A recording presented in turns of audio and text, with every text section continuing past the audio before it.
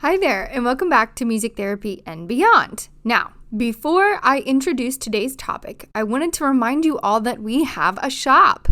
There are tons of awesome music therapy and wellness-based products on there for you to check out. So therapists, parents, and educators alike, visit musictherapyandbeyond.com/shop. Now, today's segment is the music segment for the month of July. And July 31st happens to be Uncommon Instrument Awareness Day. Who knew, right? So today I'm going to talk about why and how to use uncommon instruments in your music therapy sessions with ideas to get you thinking creatively. Let's get to it.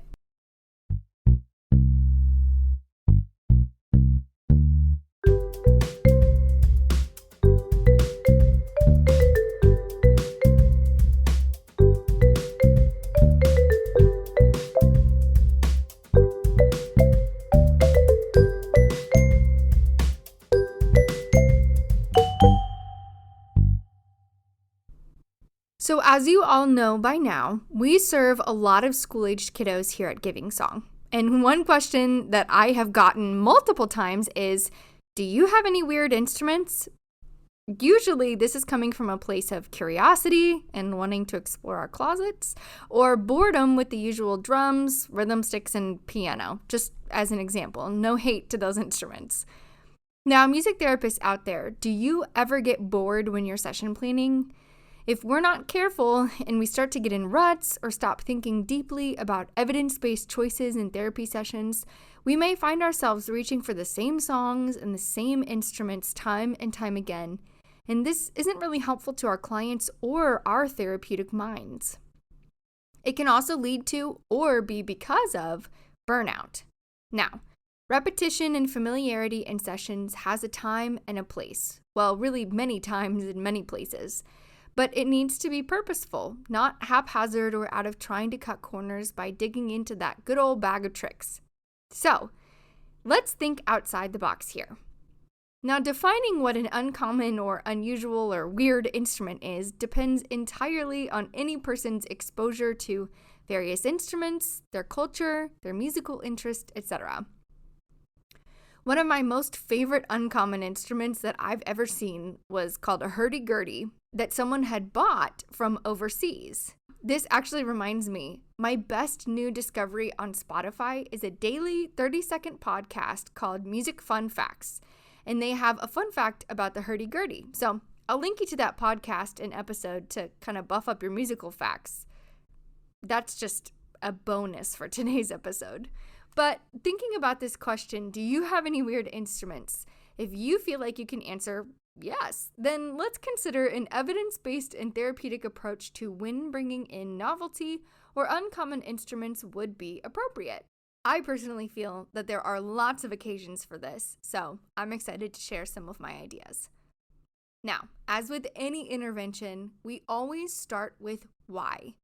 What is the goal?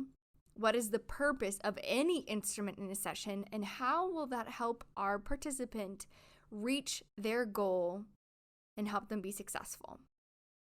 If your goal is something like choice making, musical engagement, gross motor movement, increasing alertness, motivation, or turn taking, novelty instruments can increase attention span and interest from clients, allow them autonomy in making choices, increase engagement by switching things up in sessions, and as a bonus, make it fun for you as a therapist to get creative with different ways to play and use instruments in your sessions.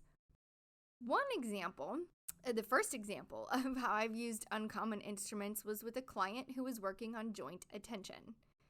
I was also assessing what sounds they liked and their musical interests. Ergo, a song I made up called the Silly Sound Song, and it goes like this.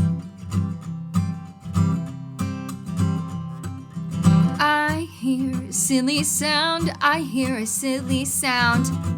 I hear a silly sound, I hear a silly sound. What's that I hear? And this is the part in the pause where you can cue them to make a choice, acknowledge the name of an instrument, and then you can acknowledge how they play the silly sound. And then cue more playing with, it sounds like. Their turn. It sounds like. Your turn. It sounds like a silly sound. I hear a silly sound. I hear a silly sound. And that's where they would get to make another choice and go through all the choices, or you could even cue different ways to play the instrument. We play it up high and down low. We play it soft and play it slow. And then go back to more choices. I hear a silly sound, and so on and so forth until you have accomplished your goal for the intervention or made it through all the choices. I also want to make sure that I say that with new instruments, and especially uncommon ones, potential for harm is always something to consider.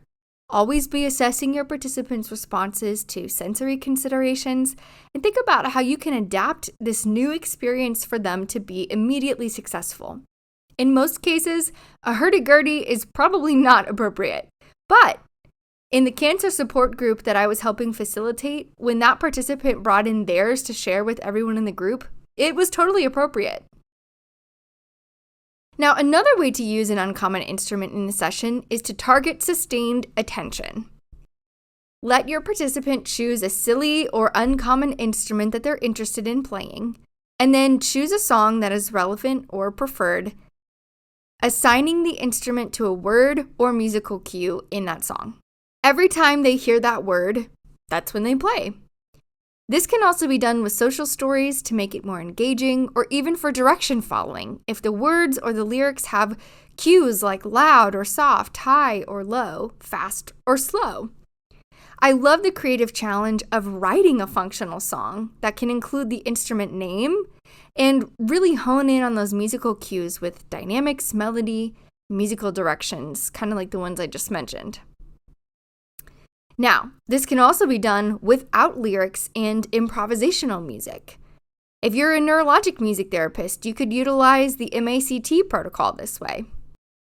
Now, if we're talking about groups, one idea is to compose an uncommon orchestra. Give everyone a rhythm part in an arrangement of a preferred song and let the clients choose the parts that they want. You could pre-create the visuals for rhythms for each instrument, and this could also just turn into a jam. Everyone gets to learn a simple part for a few minutes, then they pass the instrument on to the next person.